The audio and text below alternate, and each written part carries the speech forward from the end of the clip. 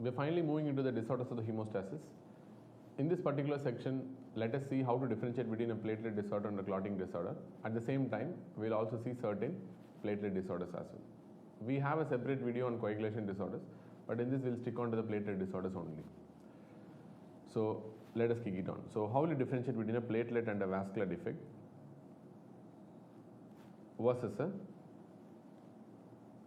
coagulation defect? Versus a coagulation defect. So pathophysiology wise, if you ask me what is a platelet and a vascular defect is, it's a disorder of the primary hemostasis, which means in platelet adhesion and aggregation, probably any one of them.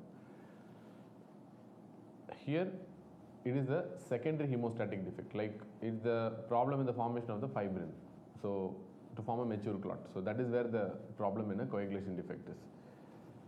Then what will be the site of bleeding? In a platelet or a vascular defect, the site of bleeding is going to be mostly superficial, that is the skin and the mucous membranes. Whereas in a coagulation factor defect, usually the bleeding site will be very deep, typically in the soft tissues. Like for example in the joints and muscles, very commonly, muscles and the joints. So it doesn't mean that like you don't get a superficial bleed at all in a coagulation defect. You might get, but I'm telling which is more common and which is predominant, that's it. So don't tell only, and there is nothing like only in medicine, you have to always understand that. So superficial bleeds also can happen in a coagulation defect, and deeper bleeds also can happen in a platelet defect, but very rarely, not so commonly, that's all. Then what are the lesions that you develop due to this bleeding? First one is the petechiae. Petechiae tends to be extremely common in case of a platelet and a vascular defect, whereas it tends to be very rare in case of a coagulation factor defect. At the same time, we have something called ecchymosis, which can happen in both. Ecchymosis can happen in both platelet defect as well as a coagulation defect, but what is the type of ecchymosis is what is very important. Usually they tend to be small and multiple ecchymosis in case of a platelet and a vascular defect, whereas it tends to be very large, solitary, usually single, but extremely large. You can see it can span an entire limb, this kind of ecchymosis that happens in a coagulation defect. You can see hemophilia patients. I'll show you the images in some time. Solitary and tends to be palpable. You can palpate the ecchymosis. So all these things are very characteristic of a coagulation factor defect. And there is something called hemarthrosis, bleeding within the joints. That tends to be very rare in a platelet defect and very, very common in case of a coagulation factor defect.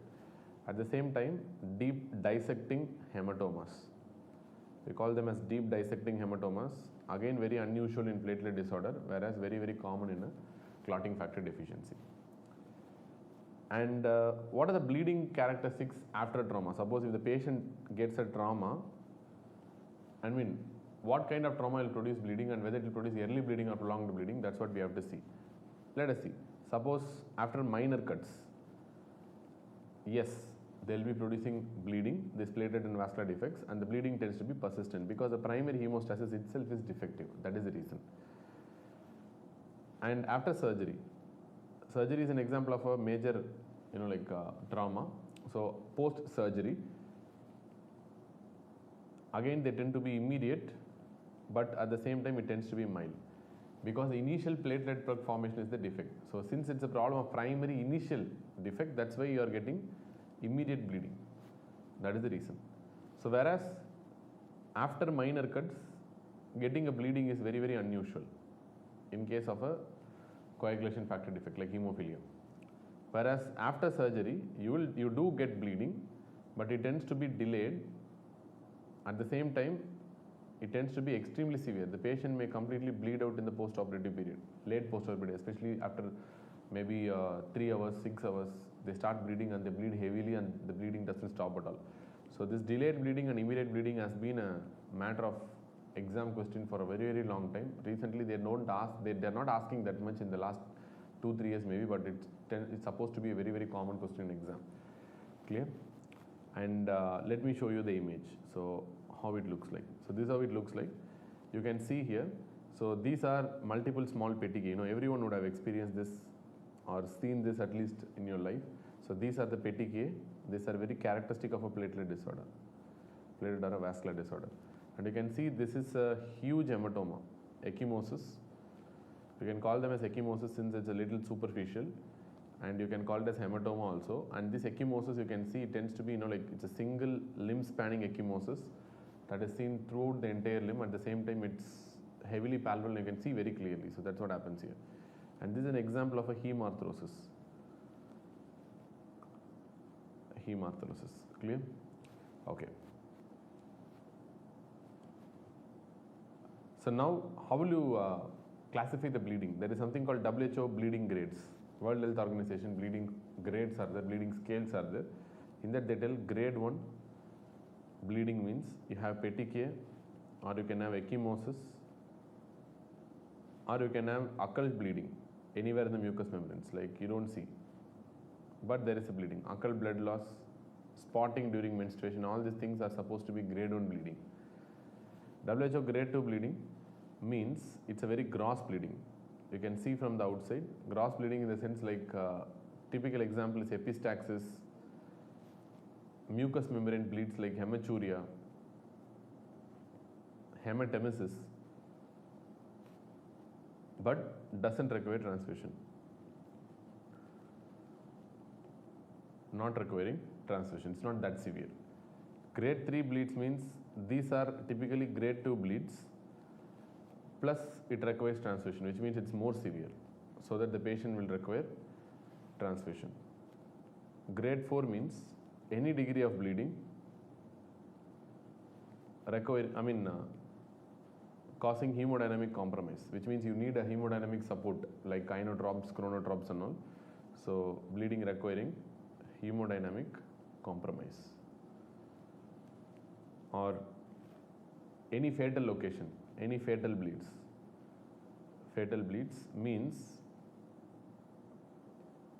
your CNS bleed very commonly, or even it could be a retinal bleed. Even though it's not fatal, it will come under grade 4 only.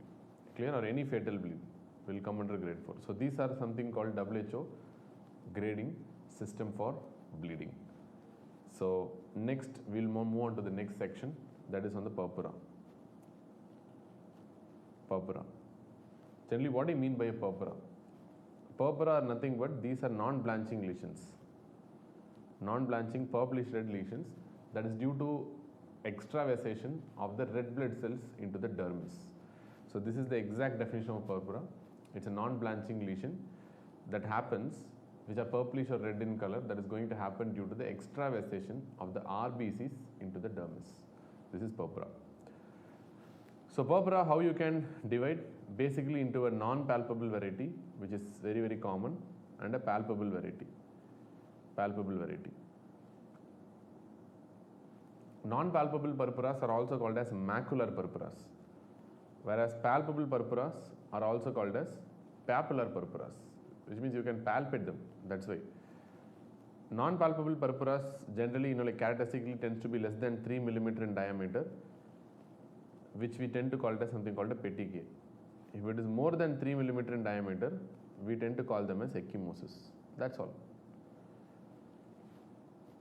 And it can be due to a lot of problems, like it could be a proper platelet disorder. Examples of proper platelet disorders are thrombocytopenia, very common. This is what you encounter very commonly in your general practice. Or it could be a platelet function defect, which is quite rare, like Glanzmann's thrombocythemia, aspirin usage. These are problems of platelet function, not actual counts. So that is why platelet function defects are there. That's all quite rare, you don't see commonly, like thrombocytopenia. Then it could be due to a thromboembolic mechanisms. Thromboembolus, like you can see in a DIC, TTP, cholesterol or a fat embolus. All these things can cause thromboemboli. Because of the thromboemboli, you are getting the purpura. So it's not due to the actual thrombocytopenia. You have to note that. Third mechanism could be due to a trauma or some disorder causing a vascular fragility. So best example in this group will be on amyloidosis, conditions like Ehlers-Danlos syndrome, scurvy. Remember in scurvy, it's a very common old question. Right now they don't ask that. there is something called a perifollicular petechiae. That's very, very common. That's a very characteristic event in scurvy. Even though many other disorders can show that, this usually, like some things are gold standards and some things are very stereotypical. Perifollicular bleeding in scurvy is very, very characteristic. And you have a disease called hereditary hemorrhagic telangiectasia, HHT. And this is, I don't know, due to unknown reason, this tends to be very common question, and like I don't know why they ask, but they do ask this question. That's hereditary hemorrhagic telangiectasia. It tends to be autosomal dominant disorder, and the patient tends to have a lot of telangiectasias in the skin. Telangiectasia in the skin. So that is why it's called, with family history, which means autosomal dominant means there will be a family history. That's why it's called hereditary hemorrhagic telangiectasia. So what is the problem here in this patient? So patient will suffer from mucous membrane bleeds. Mucous membrane bleeds, because these telangiectasias are going to be present in skin. They will be present in mucous membranes, and they will be present in internal organs also. That's why the problem is, and they can bleed anytime, internal organs also. So remember, if they bleed from the mucous membrane, this is where I feel it's going to be the problem, because if they bleed from the mucous membrane, they can produce epistaxis. At the same time, there is a very, very high risk of GA bleeding. And these patients, apart from this telangiectasias, they have a high risk of AV malformations. And typically these AV malformations can be seen in the lungs, it can be seen in the liver, or it can be seen in the splenic areas, spleen, or even in the brain. And if this bleeds, is going to be even a more disaster. But especially the cerebral AV malformations, if they are going to bleed, it's going to be a huge disaster, because patient will get a sudden ICH, and there is a lot of risk of death in these patients. So that is why you also have to ask one important question in this. I mean, to diagnose this in exams, you need to have one important history, that family history of death due to bleeding, especially death due to bleeding. Typically, they will give death due to GA bleeding, death due to ICH. All these things you have to ask in exam. This is a very important history. One of the family members would have died because of this. So that is a very important history to know. At the same time, I didn't tell you the mechanism, sorry. So you have something called a defect. Where is the defect here? The defect is in an endoglin. It's an endothelial protein, which means it's a vascular defect typically. We have something called an endoglin protein. That's an endothelial protein. That is what is defective in this hereditary hemorrhagic telangiectasia. Clear? So it's over. And yeah, fine. We have finished the non-palpable purpura. Let us move on to the palpable purpura. So what are the important palpable purpura? So palpable purpura wise, number one, it is very commonly due to vasculitis. This is what your examiners are obsessed with, vasculitis, palpable purpura. What vasculitis is going to typically cause? Small vessel vasculitis. In that small vessel vasculitis, you have a type of vasculitis called leukocytoclastic vasculitis. This is a pathological classification. This is not something related to clinical thing. So it's a leukocytoclastic vasculitis. Again, what are the examples of leukocytoclastic vasculitis? Your Henoch-Schönlein purpura. Then you have something called isolated small vessel vasculitis of the skin is there. So these are the conditions which are going to produce this kind of palpable purpura. Or it can be due to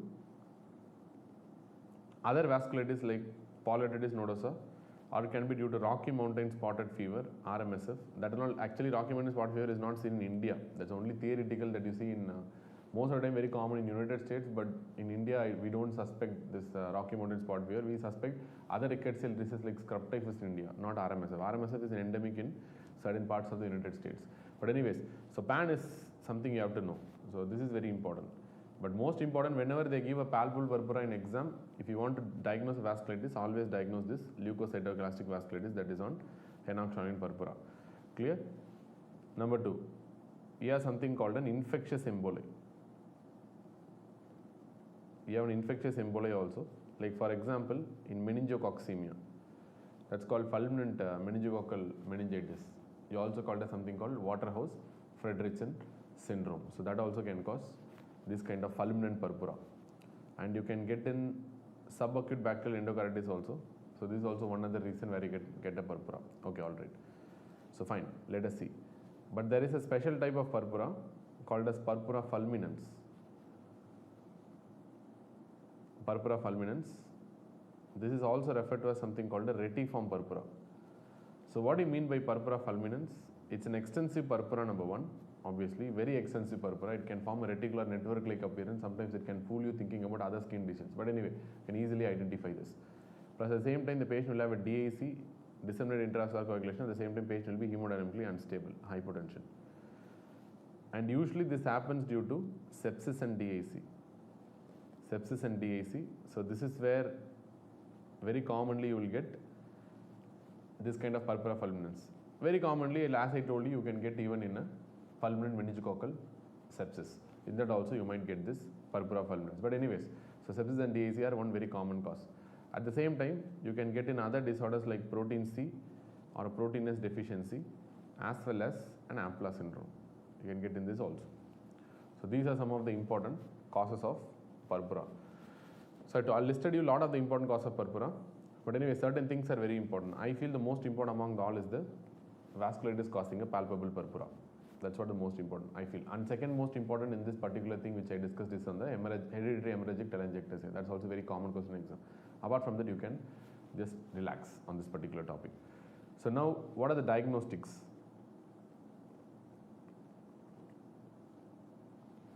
What are the various things you are going to use to differentiate between a platelet disorder and a clotting disorder? In that, the first thing I am going to tell is on the prothrombin time. Let us finish the disorder of the coagulation thing first. So here something called a prothrombin time, usually measured in seconds, you know that, and usually equated to that of the INR, international normalized ratio. They don't give INR or PT alone. Whenever they give INR, they measure PT also. Whenever they give PT, they give INR also, because both are interlinked with each other. Okay. So what is exactly it's going to measure this prothrombin time? It's going to measure the function of the extrinsic pathway predominantly and the common pathway, which means the most important thing is it measures the extrinsic pathway. If you ask me how it measures, it is like when you add a thromboplastin. When you add a thromboplastin to the system, to the serum or blood, whatever, so how long it takes, how long it's going to take to produce fibrin polymers. So that's what this particular prothrombin time is going to measure. So which means since thromboplastin is totally made of a extrinsic pathway, so that is the reason why we are telling that it measures the function of extrinsic pathway and the common pathway. It's not only a purely extrinsic pathway related thing, it's also going to measure the common pathway. Commonly, where your prothrombin time becomes really important is on probably in a vitamin K deficiency, very common. Number two, whenever you are using vitamin K antagonists, which is also equivalent to vitamin K deficiency, like warfarin related products if you are using. Then if you have a problem in the synthesis of this clotting factors, like typically in a liver failure. So these are the three common areas where you use this PTNR. I feel the very commonest area where you use this PTNR is this liver failure only, to especially cirrhosis patients, truckload of cirrhosis patients you see in any hospital. It doesn't matter where you are. You can see this cirrhosis patient so much in your high-fi centers also. You can see the cirrhosis in a very lower center also. The only difference between like an ordinary center and a little bit better center is whether how much cirrhosis you see. You see only cirrhosis or you see other types of liver disease also. That's what matters between a good center and a average center. Anyway, fine. So liver failure, very, very common entity. Then let me tell you a few points on the INR. INR also, because it is coming along with the prothrombin time. INR wise, if they ask you, it's a standardized ratio.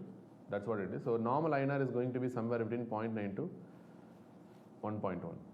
So how will you get an INR is like you're going to take the ratio.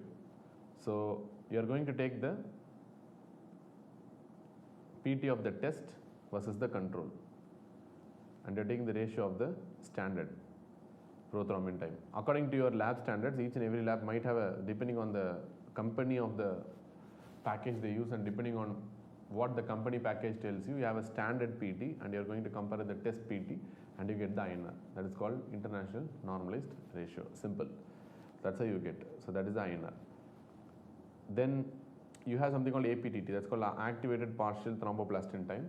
Even though it's called thromboplastin time acted partial thromboplastin time, it actually measures the function of a intrinsic pathway and a common pathway. What they are going to add is, in this particular thing, is they are going to add phospholipids, and once they add phospholipids, from the time of adding phospholipids, how long it takes to produce the fibrin polymers. They are thromboplastin to fibrin, here phospholipids to fibrin. That's all the difference. Maybe they add calcium also. But anyway, so this is going to test your intrinsic pathway and the common pathway. What are the disorders that are very important? Any clotting factor deficiencies. Even though this is rare, any clotting factor deficiency will result in an elevated APTT.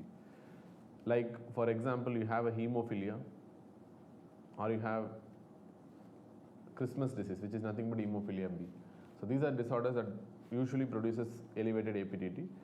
At the same time, APTT can be used if there is any acquired clotting factor inhibitors. I'll tell you this concept separately. There is an entity called acquired clotting factor inhibitors, which also manifests like a clotting factor deficiency, because you have some antibodies that are circulating in the blood that inhibits these clotting factors. So best example is APLA syndrome. We'll discuss that. Then for monitoring unfractionated heparin therapy, you can use this kind of APTT. But anyway, remember, APTT measurement is unreliable apart from unfractionated heparin. That's why we have this factor 10E assays now. We told you already, anti-factor 10E activity. We have discussed this enough already. So let us move on. So then you have something called a thrombin time, very, very less commonly used. We don't use it. And obviously, like APTT is also measured in seconds, and thrombin time will also be measured in seconds only. INR doesn't have any standard value. It's just a ratio. So seconds will get cancelled out if you put a ratio, and only it's a whole number. That's it. You don't get any value, SI unit for INR. Anyway, thrombin time also you're going to measure in seconds only. So what it's going to measure? It's going to measure only the common pathway. So common pathway in the sense, how it measures the common pathway, you add thrombin, not a thromboplastin or a phospholipid. You add a thrombin, and how long it takes to form a fibrin polymer after adding a thrombin, not thromboplastin, not phospholipids. So this is called a thrombin time. And typically why it is used is maybe to detect a fibrinogen deficiency or to monitor a fibrinolytic therapy. To monitor after a fibrinolytic therapy whether the system has recovered or not. For that you can use. But anyway, this is the usual exam question, but this thrombin time and all is not, it is something we are not going to use it very often. In fact, it's not at all used, practically speaking. Only for exams, you might be needing to know. Similarly, you have something called a Reptiless time. Again, it is measured in seconds only. So in this, again, you are going to measure the conversion of fibrinogen to fibrin only. So this is not thrombin. Instead, you measure the conversion of fibrinogen to fibrin. Only this particular step is going to be measured by this Reptiless time. So what you are going to use is this. Reptiless is an agent that accelerates the conversion of fibrinogen to fibrin. So which means, again, this is useful only when you are testing for fibrinogen deficiency like DIC, liver disease, and all these areas. So apart from that, this Reptiless time again is a exam, material. But apart from that, we don't use all these things very often. This thrombin time, Reptiless time, and all. Just for knowing sake, I'm telling you. Apart from that, what are the tests, diagnostic tests that you can use for testing the disorders of hemostasis? You have something called anti-factor 10E activity. Currently, we use this for monitoring heparin monitoring. We discussed this in detail already in last video. Heparin monitoring, especially your low monoid heparin. Currently, that's where we use in low monoid heparin monitoring. I told you when to take and all these things. 4 hours after the last dose of low monoid heparin, that's what you take. And what are the target anti-factor 10E activity levels? All these things we have discussed in detail in the last section. Then, next you can do certain tests for fibrinolysis. For example, you can do a D-dimer. D-dimer is one of the very characteristic tests for assessing fibrinolysis, because whenever a clot is formed, the fibrinolytic system also will be activated. So what are the examples that clot will be activated? Because of that, fibrinolytic system will be activated so that the D-dimer will be elevated. Best example you can see in clotting disorders like DVT and a pulmonary embolism, or even in a CVT. In all these conditions you can use DIC, second example. So in these conditions you can use where the fibrinolytic system will be activated because of the clot formation. But anyways, so D-dimer is one investigation that is having a very, very high negative predictive value, which means it is more of a ruling out test rather than a confirming test. And it is one test, if it is having a high negative predictive value, means it's going to have very high sensitivity also, almost 99% for DVT and pulmonary embolism. So which means this test is going to rule out your DVT or a pulmonary embolism if the test is negative. That is the idea. But if the test is positive, you cannot confirm a DVT or a pulmonary embolism. You have to do other investigations to confirm. Okay. So then you can use certain tests for hyperfibrinolysis also. Hyperfibrinolysis typically will use an investigation called TEG. That's called a thromboelastography. So we'll discuss in detail about this test later on. So then you have something called a platelet function analysis. So test for platelet function is there. So you have two important tests for platelet function. One is called a platelet function analyzer called a PFA 100. Currently we have PFA 200s also. So my hospital laboratory is actually using the PFA 200. We have, but traditionally it tends to be called as PFA 100, platelet function analyzer. And you have platelet aggregometry. You can use platelet aggregometry, and typically you can use flow cytometry also. Let us discuss in detail about these three tests later on, because I don't want to confuse you right now. So we'll discuss in detail about this TEG, PFA 100 and platelet aggregometry in some time, but it will be discussed for sure. These are some other tests that you can use for assessing the disorders of hemostasis. Why, you can ask me my question, why flow cytometry are using? It is to assess the CD deficiencies, CD and glycoprotein deficiencies, typically in a platelet functional defect like Glanzmann's thrombasthenia, or in a disease like Bernard-Soulier syndrome, where you will have a defect of the glycoproteins, platelet glycoproteins. For that setting, you can use this, flow cytometry, which is one of the gold standards for assessing the glycoprotein or a cluster of differentiation, that CD factor deficiency. So this is very good. So that's why we are using flow cytometry here, especially for those glycoprotein defects. Okay, let us see the platelet disorders. Platelet disorders. So the first platelet disorder we are going to encounter is thrombocytopenia. So in the same sitting we can discuss on the ITP also, which is a very important topic for the exams. Platelet disorders, thrombocytopenia. So what is the definition of thrombocytopenia? Any platelet value less than 1,50,000 is what we refer to as thrombocytopenia. But anyway, it depends on the severity of thrombocytopenia. I mean, whether you're going to get a bleeding or not. Just a platelet level of 1 lakh or 80,000 is not going to result in bleeding at all, many of the times. So what are the risks of bleeding? When do you get the bleeding actually? At what platelet count? Suppose if the platelet count is 50,000 to 1 lakh, you will get only bleeding after major trauma,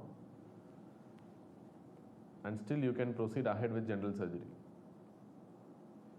Any general surgeries you can still proceed, not an issue.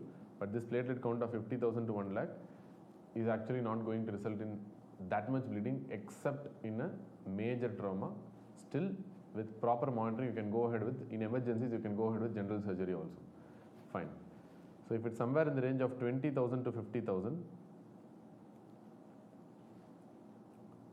there is a risk even with a minor trauma, which means it's better to avoid surgeries, any surgeries in this particular platelet, which means the idea of doing a surgery is to raise the platelet count to above at least 50,000. Safest value is above 1 lakh, but it's at least you have to raise the platelet value to, above 50,000 to proceed with any form of surgery. So 20 to 50,000. At the same time, if you're planning to do any procedure, always do a platelet transfusion and then go ahead. If the platelet count is in this range, less than 50,000, don't do anything. Below 50,000 is actually risk of bleeding is there. That's why. So if it is less than 20,000, there is a high risk of spontaneous bleeding. But remember, in ITP, the risk is even low. Even though I tell less than 20,000, the risk of spontaneous bleeding is there. In ITP, the risk is actually less. We have seen a lot of ITP patients coming with 5,000, 6,000, 7,000, even 1,000 platelets and all. But we have not seen any kind of bleeding. So it doesn't mean that less than 20,000 means they'll go for spontaneous bleeding. We are only telling increased risk of spontaneous bleeding. But in ITP patients, the risk is even more less due to unknown reasons, because ITP is a pure platelet quantitative defect rather than a functional defect. Many thrombocytopenia patients will have some quantitative defects of the platelets also. But in ITP, you will never see qualitative defects of the platelets also. But in ITP, you will never see any qualitative defect. It's purely platelet destruction and a quantitative defect. So that is probably one reason why you don't get that much bleeding with ITP, even if the platelet counts are less than 20,000. So don't panic in ITP. Hematologists will never panic if it's an ITP. Even 22,000, 20,000, they will be discharging home. The patient has OPD. So that is something you have to know. So less than 10,000, obviously there is a high risk of severe bleeding. Even life-threatening bleeding is there. But even though, it depends on what disease you are encountering. But anyways, less than 10,000, there is a very high risk of spontaneous bleeding. So how will you tell the cause of thrombocytopenia? Causes wise, you can tell those causes that reduce the production and those causes that increase the destruction.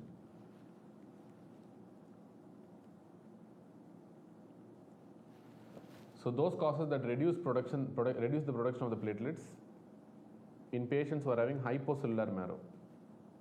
Hypocellular marrow. So what are the conditions which cause hypocellular marrow? Typically, characteristically, one thing you have to tell, that is aplastic anemia. That's it. Obviously, whenever you think about hypocellular marrow, first thing that comes to your mind is aplastic anemia, very simple cause. Then there is something called a hypoplastic MDS or a hypocellular MDS, or you can call as hypoplastic MDS also, which is quite rare. Certain drugs can reduce the production of platelets from the bone marrow, like thiazides, certain antibiotics due to idiosyncratic reaction. Very commonly, chemotherapy, especially when you are giving chemotherapy for a cancer. Clear? Then you can get with alcohol. Alcohol is going to cause bone marrow suppression. Then you can get in cirrhosis also. Remember, cirrhosis can cause thrombocytopenia due to hypersplenism also, where you expect a hypercellular bone marrow. So cirrhosis can produce both. So don't confuse yourself later on. Cirrhosis has multiple mechanisms of thrombocytopenia. Then where you will get in case of a hypercellular marrow. When you get a hypercellular marrow with thrombocytopenia? Typically, you can get in a myelofibrosis. But please do remember, in myelofibrosis, in a pre-primary myelofibrosis stage, that's called pre-PMF stage, you might encounter thrombocytosis also with atypical platelets in the marrow. Please be careful about that. Myelofibrosis in late stages only, it will cause thrombocytopenia. In the pre-PMF, very early stages, you will have thrombocytosis only. We have discussed already. And any hematologic or solid organ malignancies. Hematologic or solid organ tumors, SOT, solid organ tumors, typically when they cause metastasis to the bone. Or you can get in granulomatous disorders. Granulomatous disorders of the bone marrow and the bone, still you can get a hypercellular bone marrow with thrombocytopenia. Next is, you can get in a condition where you have a leukemia.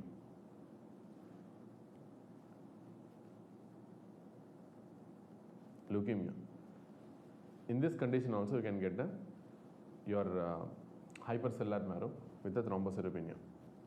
And probably in severe megaloblastic anemia, again you will get a hypercellular marrow. Again I can write here, severe megaloblastic anemia.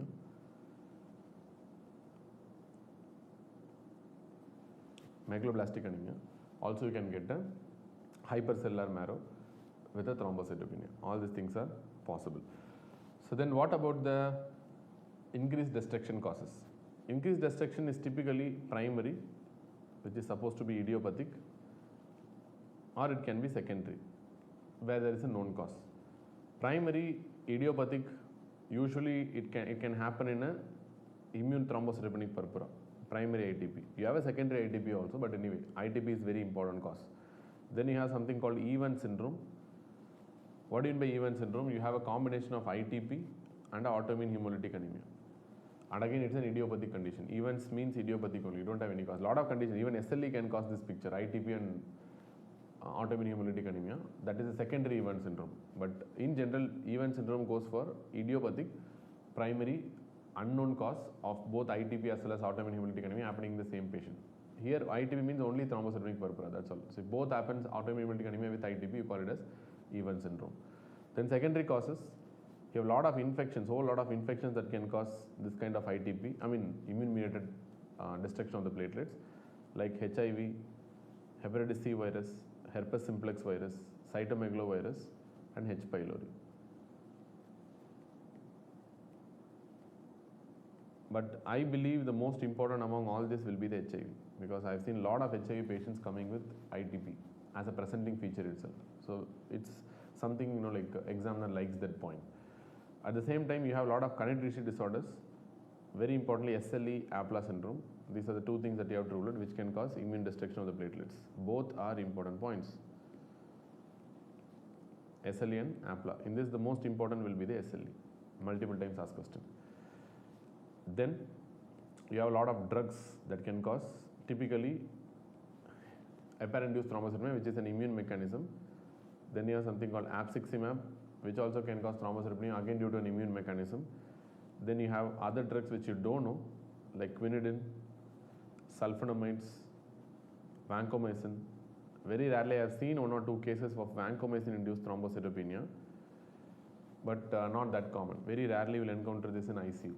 But at the same time, in ICU patients, it's very difficult to discern this, because lot of reasons. Because if you give vancomycin, it's usually due to a patient is having a severe sepsis, where you are giving a vancomycin for an empirical gram-positive cover. That's the reason you do.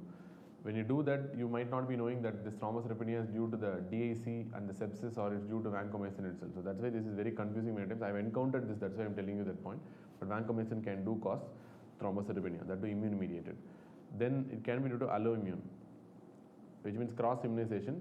Typically it happens in a condition called post-transfusion purpura, PTP, post-transfusion purpura. Very, very, very rare entity. This and all, do not consider in your routine practice.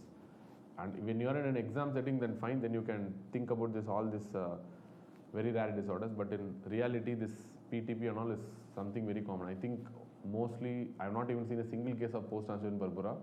And total number of cases that are described in the world is around 250, 350 maybe, like very little in the world itself. So very rare disease.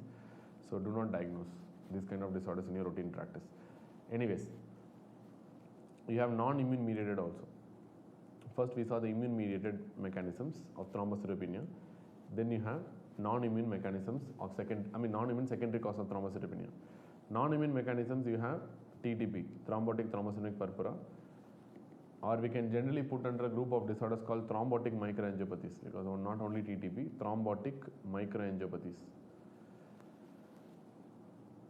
This needs a separate discussion, and we are going to discuss this extensively in our nephrology section, HUS-TTP complex. Whenever you tell thrombotic microangiopathies, the first thing that comes into your mind is HUS and TTP, separate disorders, or it can come as a complex also. Hemolytic uremic syndrome and thrombotic thrombocytopenic purpura, where you are going to have platelet consumption. That is the reason, not immune mechanism. It's due to consumption of the platelets, your platelet counts become low, or platelet trapping in thrombotic thrombocytopenic purpura. It's not due to actual destruction. Next, you can get in DIC, that is disseminated intravascular coagulation. Again, another classic cause of non-immune mediated thrombocytopenia due to consumption of the platelets. Then you can get in HELLP syndrome, or in some preeclampsia patients. There are certain drugs that can cause this similar kind of defects, like clopidogrel or ticlopidine. Remember, ticlopidine is actually banned drug. Ticlopidine is not something we use commonly. Ticlopidine is actually a banned drug because of this effect that causes reduction in the platelets, thrombocytopenia only. That is why this drug is banned now. We don't use this. You all know we use only clopidogrel. We don't use ticlopidine, but still clopidogrel also can produce similar effects like ticlopidine. They produce HUS-TTP-like complex according to some textbooks, but currently we do not put clopidogrel and ticlopidine as under HUS-TTP complex, but still they can produce thrombocytopenia due to non-immune mechanisms and platelet consumption. Thrombotic microangiopathies generally have a triad usually. I don't know whether you would have studied this or not, but anyway, we'll discuss this in detail in nephrology section. So what is the triad? You're going to have something called a microangiopathic hemolytic anemia. You're going to have a thrombocytopenia, and you will have an end organ dysfunction. This is a characteristic triad. The end organ dysfunction can be anything, like right from kidney to CNS to GIT, anything. Depending on the disease involved, particular organ will be involved more. For example, in your HUS, your kidney will be involved more. In TTP, your CNS will be involved more, depending on that. So it's not something fixed. Microangiopathic hemolytic anemia means it is anemia due to breakage of the RBCs, so which means the direct evidence of this will be the presence of schistocytes in the peripheral smear. That is fragmented RBCs in the peripheral smear, and patients will have very, very high level of LDH. That is because of intravascular hemolysis. Patient may have hemoglobinuria and hemosideruria also. So, but anyway, so these are the three characteristic triad of thrombotic microangiopathy, TMAs. Let us leave that fact. Now move on to the condition that cause abnormal vascular surfaces. Because of that, they produce thrombocytopenia. What are the abnormal vascular surfaces that can cause thrombocytopenia? Like typically in the cardiopulmonary bypass, when the blood is moving through the bypass circuit. Because of that, the platelet may be consumed there. It's not an immune mechanism, so that you can get a thrombocytopenia. Then you can get in continuous veno-venous hemodialysis. I mean, routine dialysis, the intermittent hemodialysis, why you don't get is because it's a short process. But in continuous veno-venous hemodialysis, the blood is going to move through the circuit for a long time. So that's why the contact with the circuit is more. So that's why the consumption of the platelet may be more while they're passing along the circuit because of addition. Anyways, then we'll move on to the IABP. Again, contact with the IABP catheter, so that's the reason. So then you can get with a condition called a cavernous hemangioma, which can sequester the platelets within them. That's the reason. So cavernous hemangioma, this is a very common question in exam, where you have a giant cavernous hemangioma is usually associated with a thrombocytopenia. Then you have prosthetic valves. I mean, rare, not so common. Prosthetic valves can also produce. Then a lot of viral infections. Finally, why I'm telling this is the easiest one. That's why I'm telling at the last. Viral infections very commonly,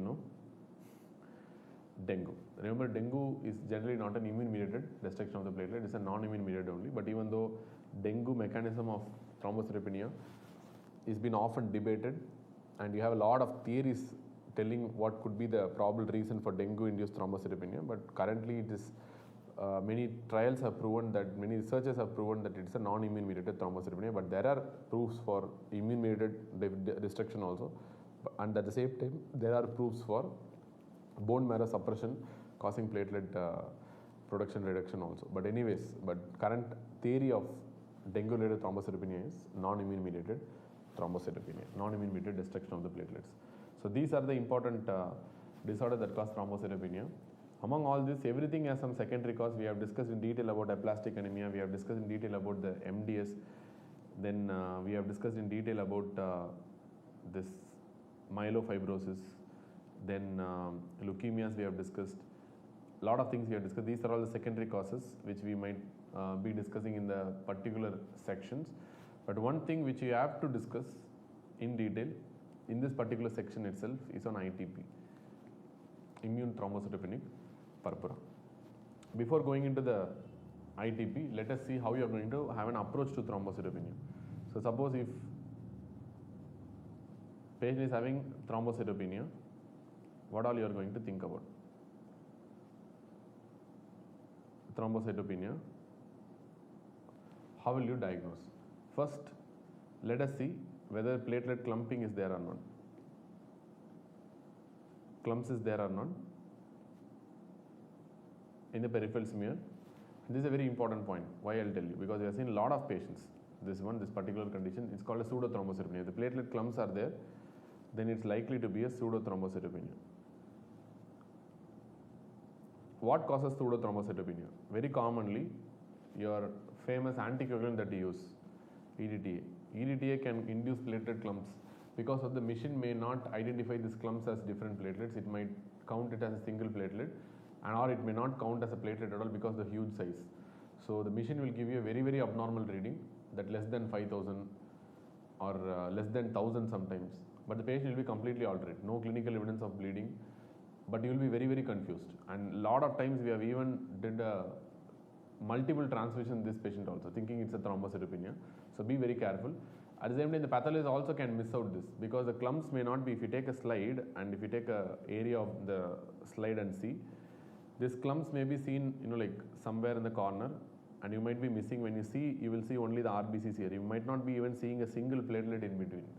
So the pathologist also might be very, very confused, and that's why you have to see the sides of a slide very, very importantly. So that's why, like whenever you are a pathologist, you see the four corners in the center. That's very, very important.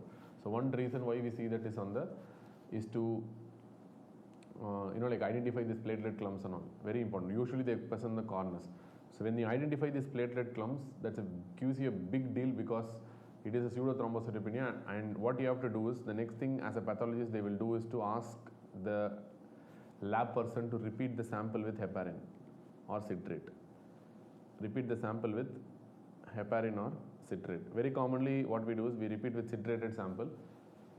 And I've seen a lot of patients. 1 month back also I've seen a patient who's actually a scrub typhus positive, scrub typhus positivity, and he had a platelet of less than 5,000.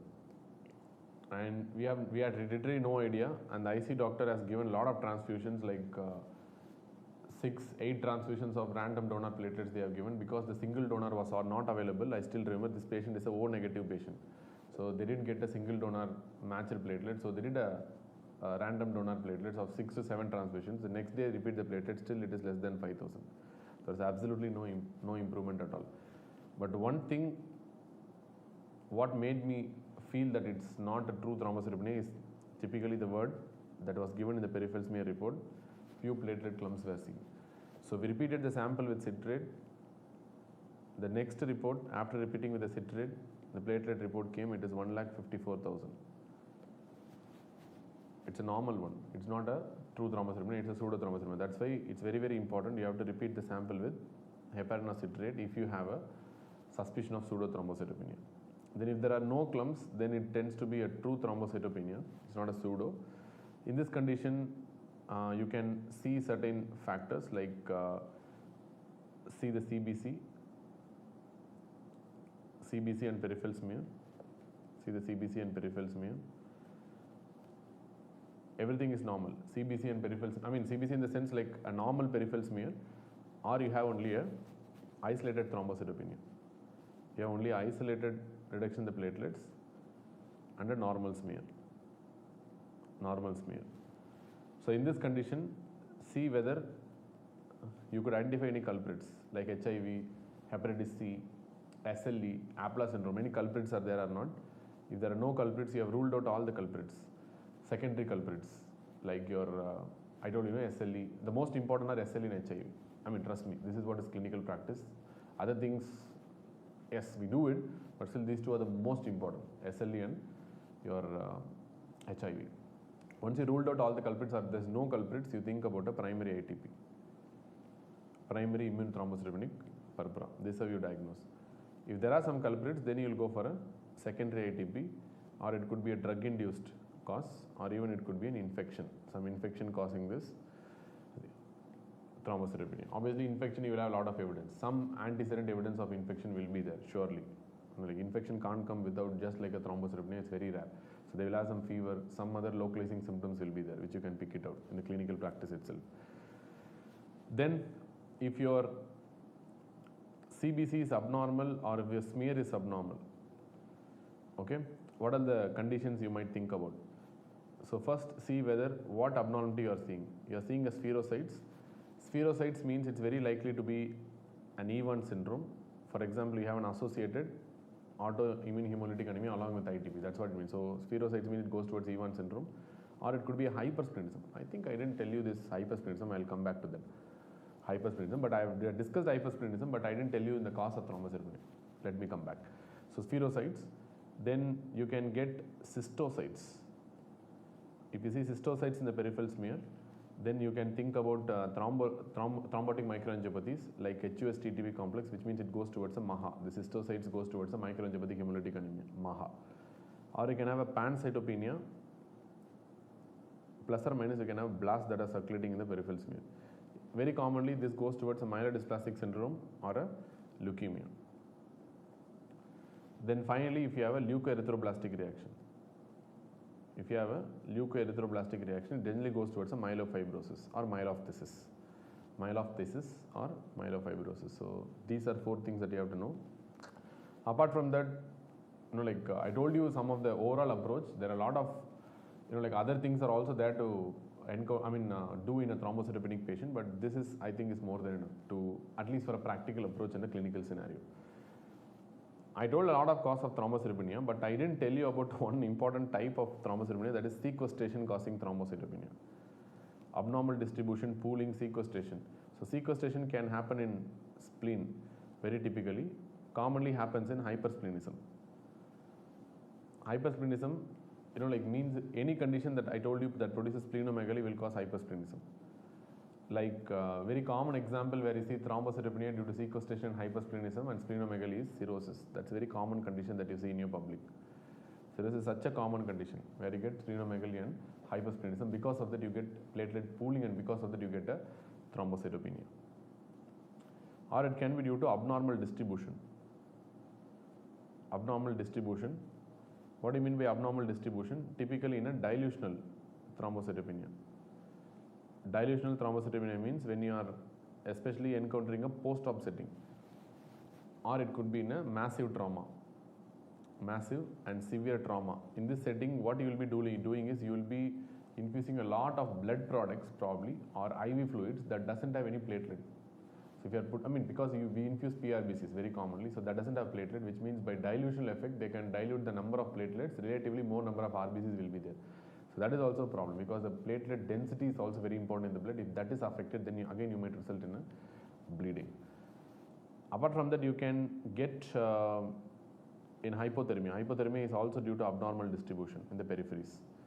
Hypothermia also may result in abnormal distribution causing thrombocytopenia. Apart from that, there are a lot of unknown causes of thrombocytopenia which I didn't mention. You get in babesiosis, we don't know why really it happens, even though a lot of theories are there. You get in Rocky Mountain spotted fever. You have another condition called gestational thrombocytopenia. Then you might get in something called ehrlichiosis. Then anaplasmosis. Certain bacteria called anaplasma is also there. Anaplasmosis, ehrlichiosis, and all these things, the real reason is unknown, especially in gestational thrombocytopenia. I don't know whether this question will be asked or not, but this is one condition that we encounter so commonly. Out of 100 pregnant patients, 2 to 3 will have a gestational thrombocytopenia. So it's very important to know. That's why practically I'm telling you, it's very important to know. Especially typically this happens in the second or third trimester. Very commonly I experience this in the start of the second trimester very commonly, where the OGCN will be referring to me for thrombocytopenia. The platelet count is low. And many times they suspect an APLA syndrome, but that doesn't happen. Because how can I tell that the patient is not having APLA syndrome is because the patient is having a viable pregnancy. And if the patient in the third trimester, very unlikely to be APLA syndrome. That doesn't rule out an APLA syndrome, but anyways, simple fact, simple logic will tell you patient has crossed the second trimester and entered the third trimester means very, very unlikely to have an APLA syndrome. Or a severe APLA syndrome would cause thrombocytopenia at least. Fine. They might have mild APLA syndrome, but this kind of thrombocytopenia happening in APLA syndrome generally it tends to be severe. So severe APLA syndrome means they don't cross that second trimester mark. So that crossing the second trimester itself will tell you it's unlikely to be APLA. Fine. So the next thing is this patient's count will be around 70,000. Very, very commonly, they will maintain the platelet in and around 70,000. It will not go below 70 or 60. Maximum I have seen is 65, 64. Definitely not below that. So which means it's relatively a safe condition, and there is no treatment that is needed. And the mechanism is also unknown, even though a lot of mechanisms have been described, but mechanisms are completely unknown. Very, very safe condition, no need to do anything, no need to give steroids, no need to give platelet transfusions, all this, unnecessary things we need not do. So just wait and just leave them, and they can go for delivery normally and nothing will happen, no bleeding, excessive bleeding, and no need to panic, just leave it. And the patient will have no symptoms at all. And whatever, how much ever you evaluate, probably, but even though I tell, everything by practice, but anyway, still you have to rule out your APLA syndrome very importantly, because if you miss out in the second trimester, they might go for abortions. That's why it's at least a theoretical wise, and for safety reasons, you have to rule out an APLA syndrome, and you have to rule out other secondary causes like SLE and all. Clear? But patient will be completely asymptomatic, absolutely asymptomatic. They don't even have a fever, they don't even anything, just they come with the pure thrombocytopenia, nothing else. So this is also one important cause of thrombocytopenia. So I told you a lot of cause of thrombocytopenia, but the most important, as I told you, is going to be on the ITP. That is especially the primary ITP is what you're going to talk about, immune thrombocytopenic purpura. Chronic ITP is further divided into primary chronic ITP and secondary chronic ITP, which secondary chronic ITP we are not going to discuss anymore. We have discussed already a lot of causes like SLE, HIV and all. As far as primary chronic ITP is concerned, this usually manifests in females in a ratio of 3:1, but very, very common in females, uncommon in males. which typically presents in age group around 15 to 50 years. It's a huge distribution, but still, this is a common. Usually, a middle-aged female is the one who's commonly affected of this disorder. And always remember, primary ATP is idiopathic and it's a diagnosis of exclusion. It's not a diagnosis of something inclusion, it's a diagnosis of exclusion. You have to rule out all the secondary crosses, then only you can diagnose a primary chronic ITP.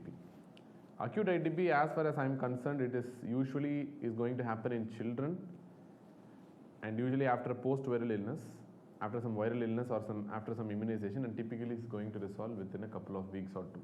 That's it. Let us go for the pathophysiology of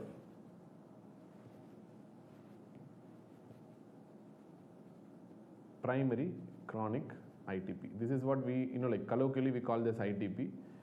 Simply if we call ITP, this is what it means, to be honest. So let us see the pathophysiology. The pathophysiology is nothing but a type 2 hypersensitivity reaction where you are going to develop autoantibodies against certain platelet antigens due to unknown reasons.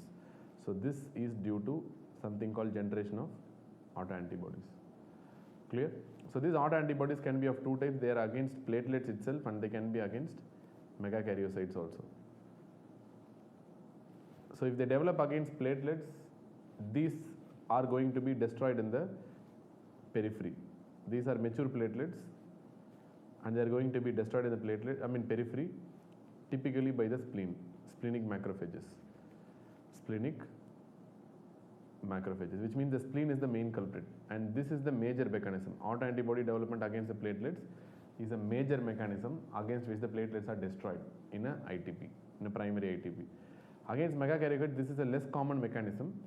This is not a very common mechanism, but this leads to reduced production of platelets.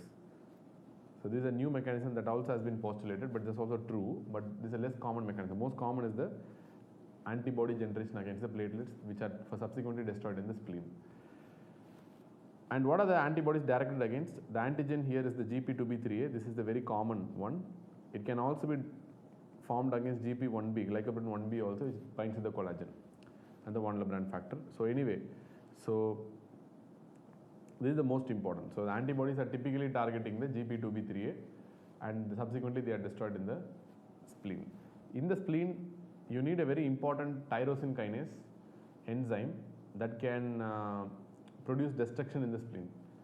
That is what we refer to as something called a splenic tyrosine kinase.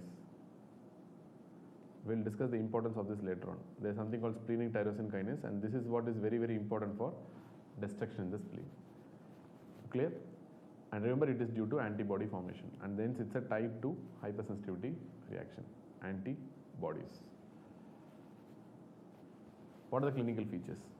Clinical features tend to be, again I told you, it's a disease of females very commonly, and very commonly they present very insidiously. They don't present acutely usually. They'll have a bleeding for a long time. Typically, what bleeding? A mucocutaneous bleeding. Mucocutaneous bleeding. In the sense they may have a gum bleeding, or since they are females, very commonly they have menorrhagia.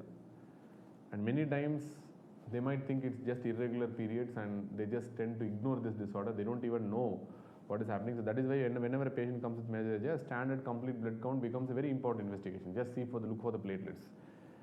So this is a very, very important chronic menorrhagia. Many patients may even come with an iron deficiency anemia who's having an ITP. So it might confuse you thinking it's a bicytopenia and you might be thinking about a lot of other causes. But ITP can simply come with a severe anemia and thrombocytopenia due to chronic menorrhagia. Clear? So this is one of the important things. So that's how they present. And very commonly, one other important thing they will ask you in exam is they do not have hepatosplenomegaly and they are not going to have lymphadenopathy. If these are there, you have to think about secondary ATP rather than primary ATP. Don't think about primary ATP. If hepatosplenomegaly and lymphadenopathy are there. Typically in a primary ATP, you don't have hepatosplenomegaly and lymphadenopathy. Do you understand or not? So if hepatosplenomegaly and lymphadenopathy are there, you think about a secondary ATP most often. There are 2 to 3 disorders you have to know for exam. If there is a splenomegaly, you can rule out generally. One is a primary aplastic anemia, second is a chronic primary ATP, and third one is probably a myelodysplastic syndrome. These 3 disorders never come with splenomegaly. So if you have splenomegaly, you can literally eliminate these disorders. Be careful about that. Then, fine. So what are the investigations and diagnosis you are going to do? Remember, again I'm telling you, it is a diagnosis, I mean it's a like diagnosis of exclusion, not diagnosis of inclusion. So you have to rule out other disorders. Your idea should be that only. You'll be doing a standard CBC and a peripheral smear. In CBC, you are going to look for other changes. So usually what you will encounter is an isolated thrombocytopenia. Even though I told you this is the common thing in Western countries, but Indian scenario, what you will be expecting is a woman who might have a chronic menorrhagia because of ITP, and they might have severe anemia, and they present with iron deficiency anemia as well. So, but as per the textbooks, they will have isolated thrombocytopenia. That's how they present. Anyway, it means they present early, probably in Western countries, but Indian standards, they might ignore this menorrhagia and they might come with a severe iron deficiency anemia also. So possible. So isolated thrombocytopenia. That's what will be given in your textbooks. At the same time, what will be the thrombocytopenia level? Typically, it even reaches less than, usually it will be less than 1 lakh. It will not be more than 1 lakh. If it's more than 1 lakh, you can rule out ITP. It will not be 1 lakh also, but may reach a platelet value of less than 20,000, which means a nadir can be as little as 10,000, 5,000 and all. And this is also very important numbers. Why? Because more than 1 lakh generally is not supposed to be an ITP. And if it's less than 20,000, again you can rule out certain other disorders like gestational thrombocytopenia and all. So those certain disorders will never reach a platelet of less than 20,000. For example, in hemolytic uremic syndrome also, this kind of less than 20,000 platelets is very, very uncommon. That's what I'm telling you. The level of the platelets also might be helpful. At the same time, remember, even though they reach less than 20,000, the bleeding is not as severe as you expect for a patient with a platelet count of less than 20,000, because the bleeding tends to be relatively less severe compared to the level of thrombocytopenia you see because of the type of defect it's associated. It's a pure quantitative defect rather than a qualitative defect. If you have platelet deficiency associated with the qualitative defect of the platelet, also bleeding is going to be very severe, like DIC, infection causing bleeding and all. Generally tends to be severe. But in this condition, pure quantitative defect, only the numbers are reduced, but the quality of the platelets are relatively better. So that is the reason. And one other reason I didn't tell you in the pathophysiology is the lifespan of the platelets. I generally told you the lifespan of the platelets tend to be supposed to be around approximately 10 days, the peripheral circulation. But in ITP, this is normal. In ITP patients, it is just few hours. In severe cases, it's just few minutes. Within 10, 20 minutes, the platelet will be destroyed. In very, very severe cases, who present in the hospital, sometimes with severe bleeding. So remember, that is the major thing. The lifespan of the platelets will be reduced dramatically because of this antibody formation. Okay, in the peripheral smear, what are you going to see? In the peripheral smear, typically remember it is to be normal, which means overall it will be normal, but you might see certain giant megakaryocytes or giant platelets you can see. Clear? Certain giant platelets you can see in the peripheral smear. But remember, these are non-specific. These giant platelets are non-specific. You can see in any other condition that produce platelet destruction, not only in primary ITP. So in general, I can tell the peripheral smear is unremarkable and it will be normal except for a few giant platelets. This is very important because you have to rule out other cause of secondary ITP by seeing the peripheral smear. Because if you have an Evans syndrome, you generally tend to have a spherocytes. If you have a microangiopathic hemolytic anemia, you generally tend to look for a cystocyte. So similarly, the peripheral smear normality itself will tell you it's likely to be an ITP. That's one important thing. And typically bone marrow biopsy, whether you need or not, bone marrow biopsy typically not needed, which means the bone marrow will be a cellular marrow, which means the cellularity will not be affected. Typically you will have increased megakaryocytes in the bone marrow. That is due to reactive proliferation of megakaryocytes, because you need them because the destruction is more, so you have to, as a response you have to increase the production of the megakaryocytes and hence the platelets. So platelet production will be increased in the bone marrow, but the peripheral destruction also is simultaneously increased. So it's a cellular marrow with increase in the megakaryocytes. That's what you see in the bone marrow. When you actually need, when the peripheral smear is abnormal, whenever CBC or peripheral smear is abnormal, in those conditions you might think about a bone marrow, but in general bone marrow is not a investigation that is definitely needed in a patient with the immune thrombocytopenic purpura. What are the antibody testing? It's a very surprising thing. The antibody testing are not useful. This antiplatelet antibodies I told you, which are formed against your GP2B3A. These are actually not useful because it's not going to give a diagnosis of ITP, because in many other conditions with secondary ITP also, you are going to have this antibody formation. Even in patients who don't have any problem also, some few patients in the community itself may harbor these antibodies, which is quite non-specific. So even though they are the reason for pathophysiology, but they are non-specific for a diagnostic point of view. So do not do them, and there are going to be there's not going to be any use from that. Treatment wise, treatment, first of all, you are going to do only if the, what are the indications for treatment? Only if the platelets are less than 30,000, or if the patient is having a bleeding, or if the patient has underwent a massive trauma with bleeding, or the patient is going to go for surgery. So only in these conditions you are going to do the treatment. Otherwise, there is no need for treating these patients. So typically, the platelet count should be less than 30,000 to initiate the treatment, because ITP now, even if it's less than 20,000, bleeding is very rare. That is more than 30,000, generally bleeding will not happen in ITP unless and until you have some major precipitating cause like trauma or surgery. So that is the reason why we give these indications. So what are the first line treatment? First line treatment, typically I am going to use steroids. But one problem is steroids can be used on only chronic and maintenance therapy. You cannot use steroids for acute treatment. For example, a patient is coming with bleeding, you see a platelet of 5,000 only, it's an ITP, you know that, but you can't treat with steroid, because steroids will take at least 1 to 2 weeks for exerting their action. Clear? At least they need 1 to 2 weeks. This is one of the mainstay of treatment, steroids.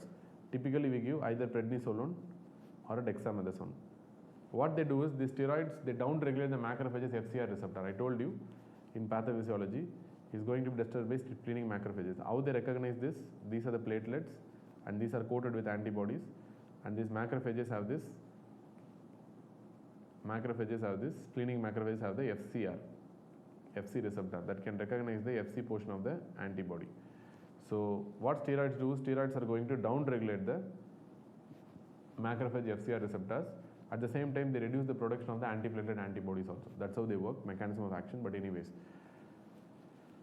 usually only 70 to 80% will have initial response.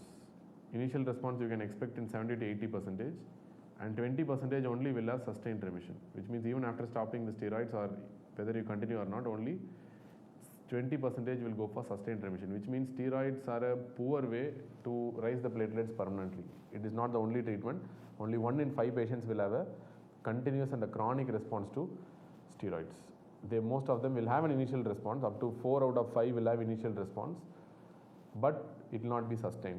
It will drop after some time. The response to steroids is very, very limited in ITP. Then second treatment, I'll write here itself. Second treatment, what you can use is IVIG.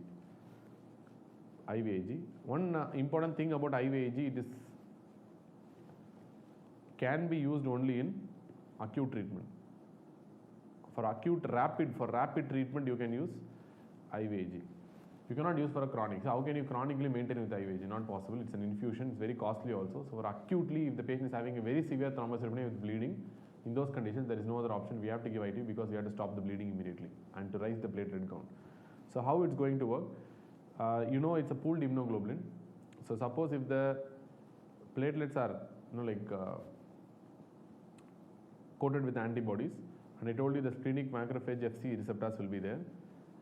These are splenic macrophages which are having this FC receptors.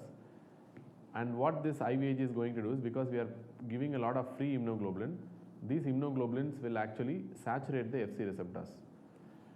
So which means these FC receptors cannot bind with the antibodies that are bound to the platelets. Instead, they are binding with the immunoglobulin that we are giving from outside exogenously. So this is the mechanism of how IVIG acts. So typically they have 80% initial response, like steroids only. They allow 80% initial response, but the very important thing is steroids will take 1 to 2 weeks to work, but it acts immediately and rapidly it acts. So that is a big advantage, which means you can use for acute settings.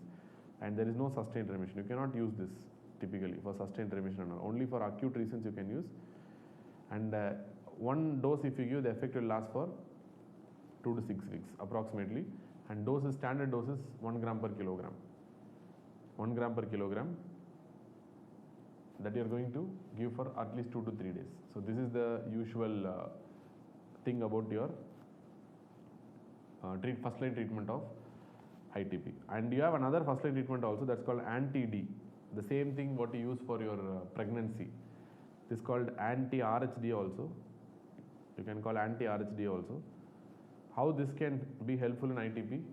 Even though this is not a first line treatment, this is not currently preferred right now, not a preferred treatment.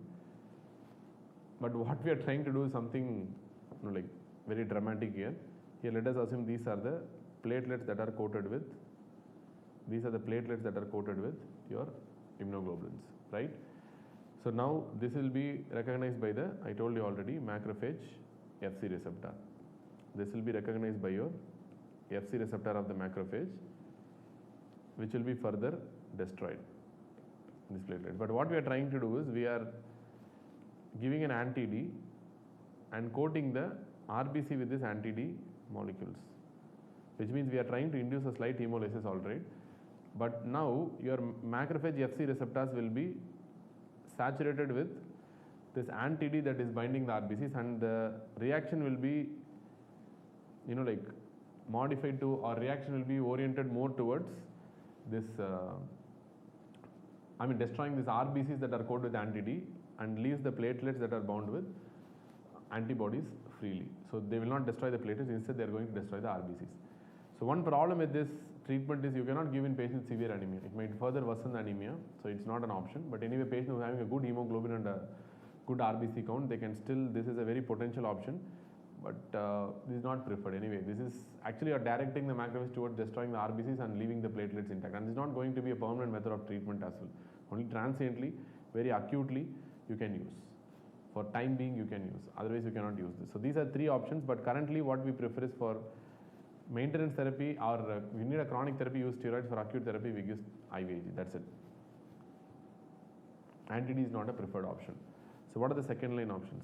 Second line options are generally given for maintenance therapy, because steroids also, remember, you cannot give for a maintenance therapy. Clear? You can use for a maintenance therapy, something has to be added in front of it, because steroids are not going to give you a complete remission, definitely. Only 1 in 5 will reach. So you have to use some maintenance therapy. Maintenance therapy you can use in the form of romiplastin or L-Thrombopag. Romiplastin or L-Thrombopag. What are this romiplastin and L-Thrombopag? I think I am right. L-Thrombopag, yeah. L-Thrombopag, because these are thrombopoietin receptor agonists. Thrombopoietin receptor agonists, which means these, since the TPO receptor agonists, they are going to increase the platelet production. So romiplastin and L-Thrombopag. L-Thrombopag is available as a tablet, but romiplastin is an injection. So it's costly. Both are relatively costly. Then you have rituximab, which is nothing but anti-CD20, which is, I told you already many times, anti-B cell antibody. They reduce the number of B cells that produce these antibodies. So anti-platelet antibodies, so that's how they work. It's a very good treatment as well. Then you can use splenectomy, but less commonly used. Remember, splenectomy is one of the definitive treatment. There is a 65% chance of cure, 65% chance of cure by splenectomy, cure with splenectomy, so not an issue. So it's a good treatment relatively, but definitely it's going to have its own risk. But definitely many hematologists are not going to prefer this. It's not a good option really, but anyway, for cure chance is very high, but still comparing the risks, it's not a good option. But anyway, 65% of cure is still there with the splenectomy. You can use azathioprine, cyclophosphamide, or mycophenolate mofetil. These are immunosuppressants that downregulate the antibody production, or you can use danazol. Danazol is an androgen. Usually typical dose we prefer in many hematological conditions 600 milligram per day. But this is also not a very good option. This is going to reduce the platelet clearance. That's all, nothing else. This is only going to reduce the platelet clearance, nothing else. So these are the standard treatment. But currently we prefer these two treatments. Currently, like we means I, that's what I tell. In the sense, hematological society also, they generally prefer these two treatments. Rituximab is an excellent treatment. I generally prefer this only. It's a very good treatment. If they don't go for a remission with steroids. So chronic and refractory therapy. Suppose if chronic treatment, at the same time they are refractory to your routine treatments. What are second line treatments? In this condition, you can use a drug called fostamatinib.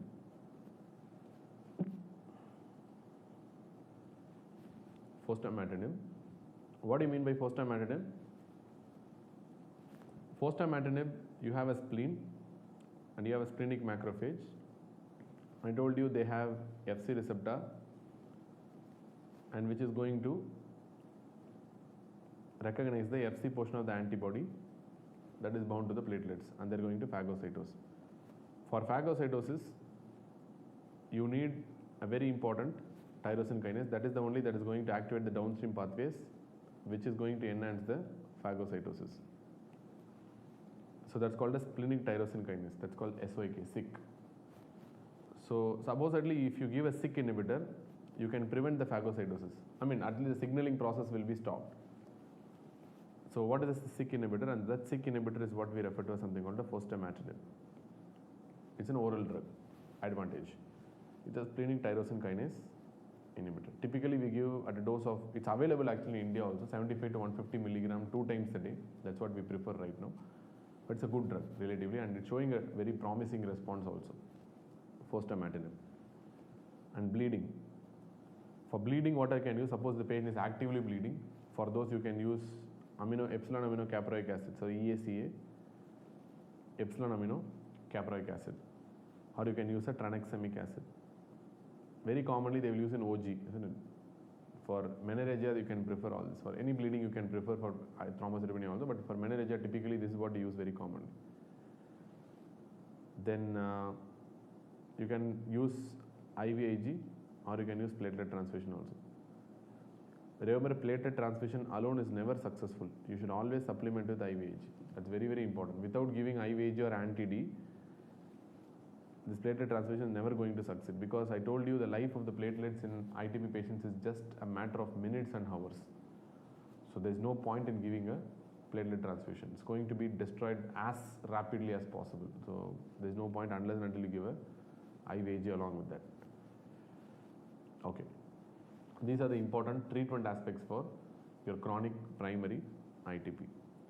So what are the disorders of platelet function? That's what we're going to see. If you want to know what are the disorders of platelet function, let us put a table. Platelet function disorders. What is the table I'm going to put? First one, disorders of adhesion, in that inherited and acquired disorders. Disorder of platelet adhesion, inherited disorder is nothing but a Bernard-Solier syndrome and a von Willebrand disease. Acquired, you have uremia and even acquired von Willebrand disease. And disorders of platelet aggregation, you have A fibrinogenemia and Glanzmann's thrombasthemia.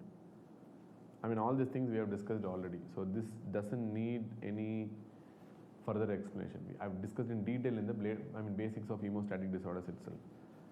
And acquired, you have drugs like aspirin, P2Y12 inhibitors, clopidogrel, ticagrelor and all. And you have GP2B3 inhibitors like abciximab, eptifibatide, tirofiban, all these things. All these things are acquired disorders of platelet dysfunction that inhibits the platelet aggregation. Then you have paraproteinemias like multiple myeloma, or any other paraproteinemias for that matter. This mechanism we have already discussed in the plasma cell disorders. Then you have defective granule release. The granular release may also be defective. Typically this happens in Chediak-Higashi syndrome. In detail, again we have discussed in neutrophil disorders. Then you have something called Hemansky-Pudlak syndrome. This is another condition with giant platelets. Hemansky-Pudlak syndrome. And you have something called a gray platelet syndrome and a delta storage disease. All these things we have discussed already in the basics of hemostasis. And certain drugs inhibit the granule release as well, like aspirin and NSAIDs. I told you already this point many times in the basics of hemostasis. Aspirin is more of a granule release inhibitor rather than an aggregation inhibitor, but instead still it's an aggregation inhibitor, all right, but more of a granule release inhibitor. Can be seen in liver disease also due to unknown mechanisms, in a lot of myeloproliferative neoplasms due to abnormal platelet production rather than a normal platelet production, and cardiopulmonary bypass. These are some of the examples. In this, the most important things, obviously you will know, Bernard-Solier syndrome, von Willebrand disease, Glanzmann's thrombocytopenia, Glanzmann's thrombocythemia, uremia, then Chediak-Higashi syndrome, then gray platelet syndrome and delta storage disease. These are one-liners that you might get in exam, the mechanisms of all these things. Apart from that, remaining, I don't know how much they ask, but they generally don't ask. So by moving into this, you need to know a test of platelet aggregation. Because if you know this only, you will be knowing what to be done. So what are the tests of platelet aggregation? So what could be the test? Number one, you do something called bleeding time, completely outdated test. We don't even use this test anymore, bleeding time. Normal bleeding time is approximately 3 to 8 minutes. Definitely not a reliable method of assessing platelet function, even though many platelet function disorders will show elevated bleeding time, but absolutely outdated, and lot of false negatives and false positives are there, so there is no point in doing this test. Second one, you have something called a PFA 100. This is what is a preferred test, and this completely has replaced the bleeding time in centers which have this PFA 100. This is not such a costly machine as well compared to the standards that we are spending right now. So this is not as costly as you think. So PFA 100 is a thing that has completely replaced your bleeding time assessment. So what do you mean by PFA 100? In PFA 100, what we do is generally we take an aperture. This is what the image that will be given in many of the like your textbooks. So what you will have is this area will be coated with certain substances. Like for example, you will have this ADP, collagen, or this instead of ADP you can have epinephrine also. So any one, ADP collagen or epinephrine collagen, depending on the machine. And like your blood will be flowing through this aperture, this micro aperture, and obviously the moment the blood will contain a lot of platelets, and once they have these platelets, like they are going to, the moment they see this ADP, epinephrine or collagen, they are going to get activated. Once they get activated, they aggregate and they tend to close the aperture because of the aggregation, because they tend to like aggregate along the areas where it is coated with this ADP, collagen or epinephrine. So once they are going to aggregate means they are going to close the aperture, and we are going to find out the time of closure, how much time it will take for the aperture to close. That's what we refer to as something called a closure time. That's what you need to look for. If they aggregate faster, they close fast. If they aggregate slowly, or if there is any function problem of the platelets, they will close the aperture very slowly. So that's the idea. So similarly, that's what we are going to find out. That's called a normal closure time.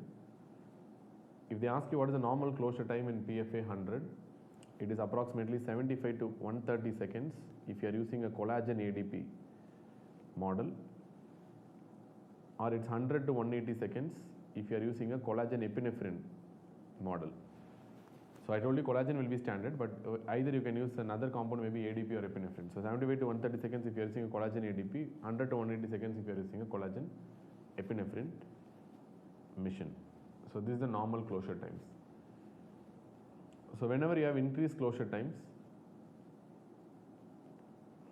which means if it exceeds the cutoff what I have given, that tells you there is some platelet function defect, which means they are having some defective adhesion or aggregation.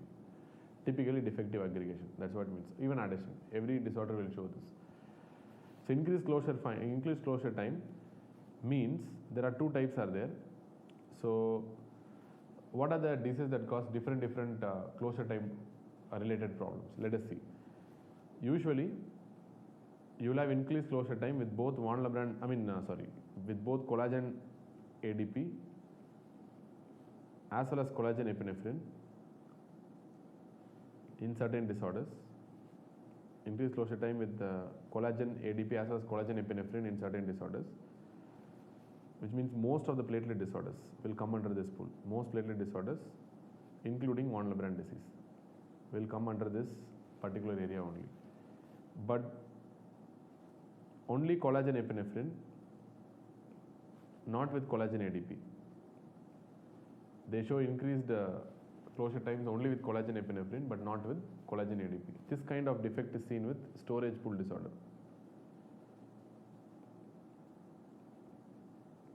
Storage pool disease. And the third type of result what you can get is they have increased closure time with collagen epinephrine than collagen ADP.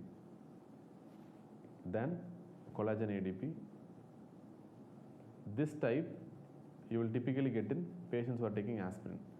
All these three principles are very important. They might be asked in exam. Remember, most of the platelet disorders, including your von Willebrand disease, will have increased closure times with both collagen ADP as well as collagen epinephrine. But with storage pool disorders, the increased closure times you will be encountering more with collagen epinephrine than collagen ADP. which means, I mean, I'm telling only with collagen epinephrine, you will not have any increased closure time with collagen ADP with storage pool disorders. In aspirin also you might encounter with both, but more with the collagen epinephrine than a collagen ADP. So these three mechanisms are very important. But ideally what you look for in a PFA 100 is the closure time that the machine is going to give. That is what is important. That's what the exam question will be. Probably these things you might get as an additional boost. If you get this and you answer, only you will be answering, nobody else will be. Okay. Then you have something called a platelet aggregometry.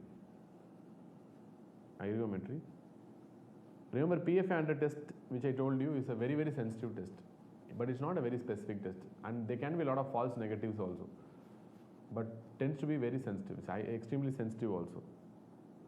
But there can be some false negatives, to be honest, but you have to take it with a pinch of salt, the PFA 100 report only. Sometimes if you still strongly suspect a platelet dysfunction, it's still better to go with other tests like platelet aggregometry. That's why we have this test.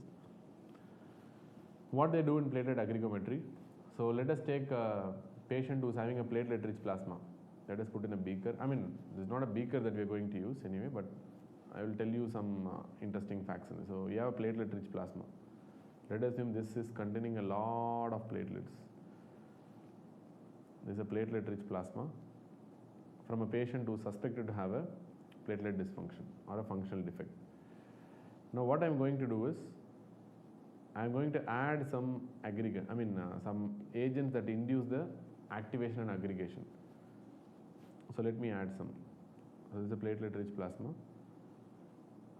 and let me add some aggregant solution. Some solution I am adding. This solution can be one of the 5 commonly used activating agents, platelet activating agents. Like you can use arachidonic acid, you can use epinephrine, you can use collagen, you can use ADP, or you can use ristocetin. All these are aggregating agents. Any one of the 5 aggregating agents you can use. Very commonly we use epinephrine, collagen, ADP, ristocetin. These are the 4 things they commonly use, but you can use arachidonic acid also. These are 5 agents that are commonly used. Once you add this, the platelets are going to get activated, and they're going to form clumps, and they're going to settle down. Yes. So now, if you see the optical density of this solution, optical density of this solution is initially going to be very high in this, because a lot of platelets are actually in the solution. You can remember it's a turbid solution. I mean, it's not exactly turbid, but for simple layman level understanding, you can remember this solution tends to be turbid, a lot of platelets circulating, so optical density will be very high, which means the light absorbance also will be very high.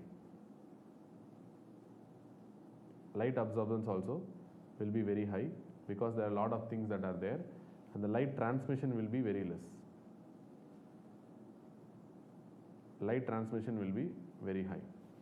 Very less, because light cannot be transmitted, because a lot of light is absorbed by these platelets itself, which are circulating. But if you take this solution, you can see, because the platelets are agglutinated and aggregated, you get a very clear solution. Since the solution becomes clear over time, the optical density decreases, which means your absorbance of the light will decrease, but at the same time the transmission of light to the other side will increase, because it gets more clearer and clearer. Transmission of light will increase. So what we need, we are going to plot with the optical density only. That's what we are going to plot. If you want to put in a graphical fashion, you will be seeing the optical density on y-axis, and the time on the x-axis, and you will have the plot like this. So if you see the optical density of the solution, it's definitely going to drop over time, but there will be 2 drops will be there. You will see a sharp notch here, and again it will start dropping. What is the sharp notches for? Why the optical density is dropping? I told you, as the platelets get aggregated, the density will start decreasing, and that's an evidence of platelet aggregation and clearance of the solution. The initial drop in optical density is what we call primary aggregation. This primary aggregation is due to the addition of any of these agents. One of these agents, I told you, these agents you are adding to the solution. Because of that itself, it will induce aggregation, and that will produce primary aggregation, and because of that you will have a decrease in optical density. And Now after this notch you can see a secondary decline here. This is called a secondary aggregation of the platelets because of secondary activation of the platelets. The reason is because this primary activation by these compounds causing primary aggregation will cause something called a granule release. The platelets will start getting activated and they will release the granules, and this granule release will activate the secondary aggregation. So finally this is what the curve you will get typically whenever you add any of these agents, 5 agents. And what is the mechanism of aggregation by these agents? The first 4 agents are going to cause platelet activation and aggregation by activating the GP2B3A and the fibrinogen. They are going to typically activate GP2B3A, which is going to interact with more and more fibrinogen, causing platelet aggregation. But the ristocetin mechanism of action is completely different. They are going to activate GP1B and von Willebrand factor interaction. What I mean is it's a different mechanism of action. And again, ristocetin is an antibiotic, and how it causes this GP1B von Willebrand factor interaction is unknown. And for the same reason, this antibiotic is no longer used as an antibiotic because of this platelet aggregating effects. But this is used still for a diagnostic reasons like this. And in that, if you ask me, only the arachidonic acid is going to work little bit differently. They are going to activate COX. By activating COX, they are going to cause GP2B3 activation. The remaining 3 is going to cause phospholipase pathway activation, which we have seen already enough in the basics of hemostasis. This phospholipase C activation is going to cause further GP2B3 activation. So little bit different mechanism, because this COX means more often this is going to be a granule release related. But anyway, a little bit different, but anyway, final effect is on the GP2B3A activation. That's it. This is very, very important to understand. So the optical density is what we are going to plot. So let us see the images which you can look for whenever you are going to look for a platelet aggregation. So let's just hold on. I will add an image because I failed to add it. So let me add the image. Yeah, this is the one. So these are some of the examples of the aggregating tests. You can see these are the controls, which means these are the normal curves. These blue ones which I am shading, and already which are the blue ones are the controls. What you can see here is, you are adding a lot of compounds, ADP, adrenaline. Don't see the disorders now, just see the control. Collagen, ristocetin. What's essentially happening is you are seeing a notch at this point. This notch is the area where it differentiates the primary from secondary aggregation. Initially there will be decline in the optical density. You can see very clearly. That is due to the primary aggregation. This primary aggregation is actually induced by the ADP itself. Then later on you are getting a secondary decline in optical density. That is due to the secondary aggregation. I told you the primary aggregation itself will cause the granule release due to primary activation, and that is going to cause further secondary aggregation and a further decline in the optical density. So this is the curve that you generally look for. And now if you want to see the disorders, you can see this is the disorder. This red one is the control. Red one is the test of the patient who is suspected to have a functional disorder. What you are seeing in Glanzmann's thrombasthenia, and the same picture you can see in a disorder called afibrinogenemia also. Because I told you this ADP, adrenaline and collagen, all these 3 things are going to activate the GP2B3A. Because of that activation of GP2B3A, they interact more with fibrinogen. In Glanzmann's thrombasthenia, if you don't have this GP2B3A, or in afibrinogenemia, if you don't have this fibrinogen, what you are going to result typically is in deficiency of the aggregation with these 3 agents. That's what you are seeing. See, you can see the curve is very flat, and there is no decline in the optical density. It is not happening, which means these are defective things. So you are not having any aggregation at all. That is the reason why you are not having any decline in the optical density of the solution despite adding these 3 agents. That is because either deficiency of GP2B3 or deficiency of fibrinogen. But what happens with ristocetin, you can see. Ristocetin, you can see a partial aggregation.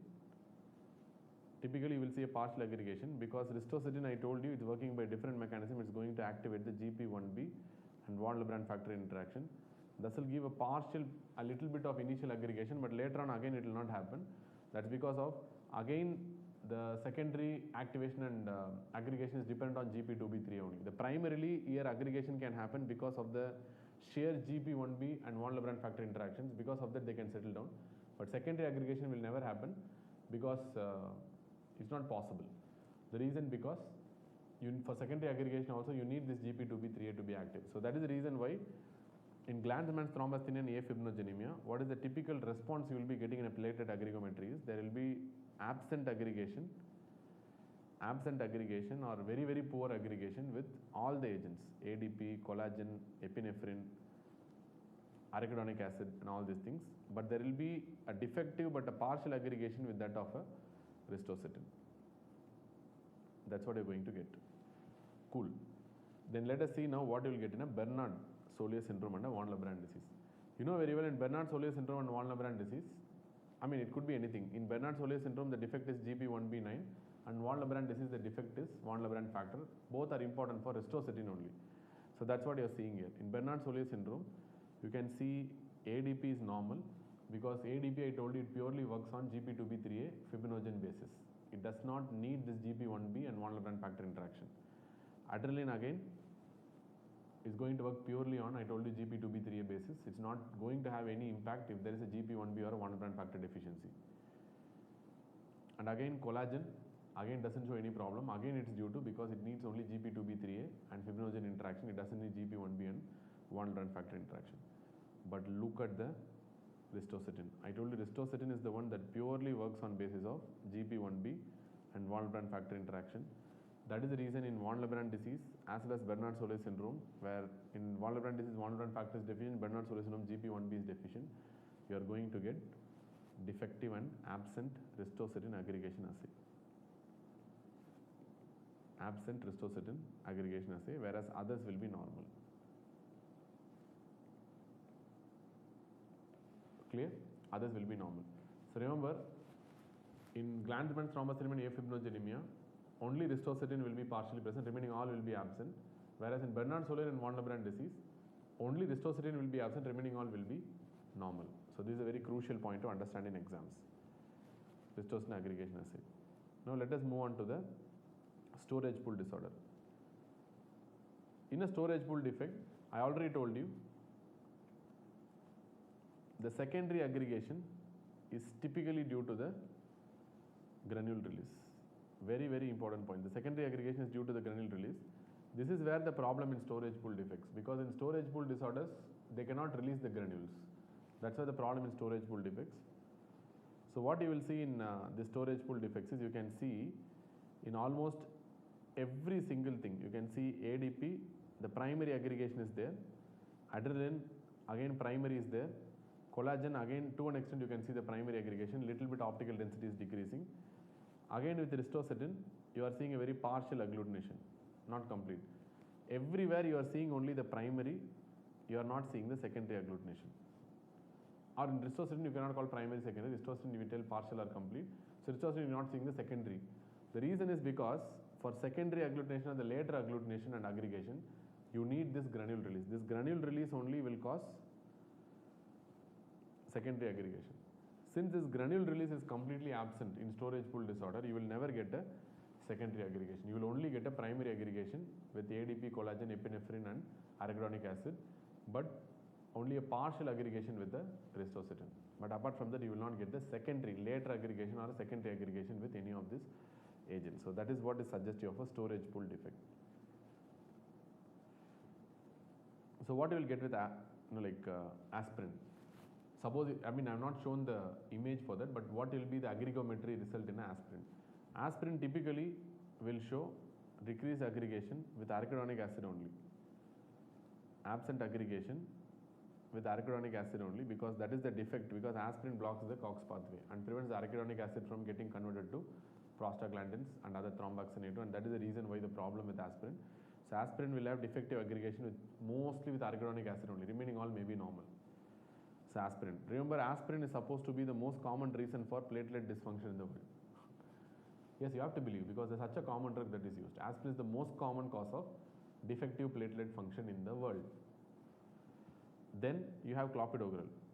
Clopidogrel, you will have defective aggregation with ADP only because it's an ADP receptor blocker. You don't have problem with arachidonic acid or epinephrine or collagen. It's a purely problem of ADP receptor, so they have defective aggregation with ADP alone. Others will be normal. And there is one important type of von Willebrand factor that's called pseudo von Willebrand factor. One important type of von Willebrand disease that's called a pseudo von Willebrand disease. We call it as something called a type 2B von Willebrand disease. In a pseudo or a type 2B von Willebrand disease, we'll discuss later on in subsequent sections. What will be happening is this GP1B will have increased binding with von Willebrand factor. Increased binding with von Willebrand factor. So this association will be increased actually. Why it comes under von Willebrand diseases? Because they trap a lot of platelets and they consume a lot of this GP1B receptors and von Willebrand factor. Actually, the free von Willebrand factor levels will reduce because many things will be trapped with the platelets. And the number of platelets also will be reduced because they will be, more forming complexes with von Willebrand factor. So platelet count also will be reduced and von Willebrand factor free levels also will be reduced. That's why it's a type of von Willebrand disease. At the same time, they have thrombocytopenia also. If they ask you von Willebrand disease with thrombocytopenia, it usually goes towards type 2B, pseudo von Willebrand disease. So in this condition, if you take the von Willebrand factor levels, they will be actually low. But if you see ristocetin assay, the aggregation will show increased aggregation with ristocetin. This is a paradox. Usually in a von Willebrand disease, you expect the ristocetin aggregation to be defective, but in this condition, von Willebrand factor will be low because of the consumption of the von Willebrand factor by the increased interaction with GP1B, and ristocetin aggregation also will show accelerated aggregation with ristocetin. So that is the reason why you will have a very paradoxical thing here. That's why it is also referred to as something called a pseudo von Willebrand disease. This is what is going to happen. And final disorder of platelet dysfunction is you have something called a uremia. Uremic platelet dysfunction. Usually uremia causes reduced aggregation as well as reduced adhesion, and uremic toxins will produce both the mechanisms, but we don't know exactly which predominates and we don't know the real reason, what is the molecular reasons how uremia causes reduced platelet adhesion and reduced platelet aggregation. Typically treatment includes, you can give a desmopressin called DDAVP, you can give a cryoprecipitate if you want, and you can correct anemia. Anemia, again, we don't know how correction of anemia improves the platelet dysfunction, but correction of anemia still improves the platelet dysfunction, platelet adhesion with the endothelium due to unknown reasons. And try to stop antiplatelet agents. This is how you treat a uremic dysfunction. Or in severe bleeding, you can even go for a dialysis, hemodialysis, to remove the uremic toxins out. So if there is a severe bleeding disorder, then you can go for a uremic you can remove these uremic toxins by doing a hemodialysis also. That's also an indication. So typically, we give these two only, desmopressin sometimes, and correcting anemia itself will correct this disorder most of the times. And remember, uremia is a very important platelet toxin. It can reduce the platelet function drastically. So this is really important to understand at the same time. Clear? So now we have seen a lot of platelet aggregation defects, and these curves and all, actually it's very easy to understand. Even though in textbooks when you read, it looks difficult, but these curves and all are very easy to comprehend. And this could be any one of these curves. I'm sure that they're going to be that's going to represent your exams. Clear? So I hope this topic becomes relatively simpler now. And with this, we'll complete this platelet dysfunction, platelet disorders, and we'll be moving on to the coagulation disorders and von Willebrand disease in the next section.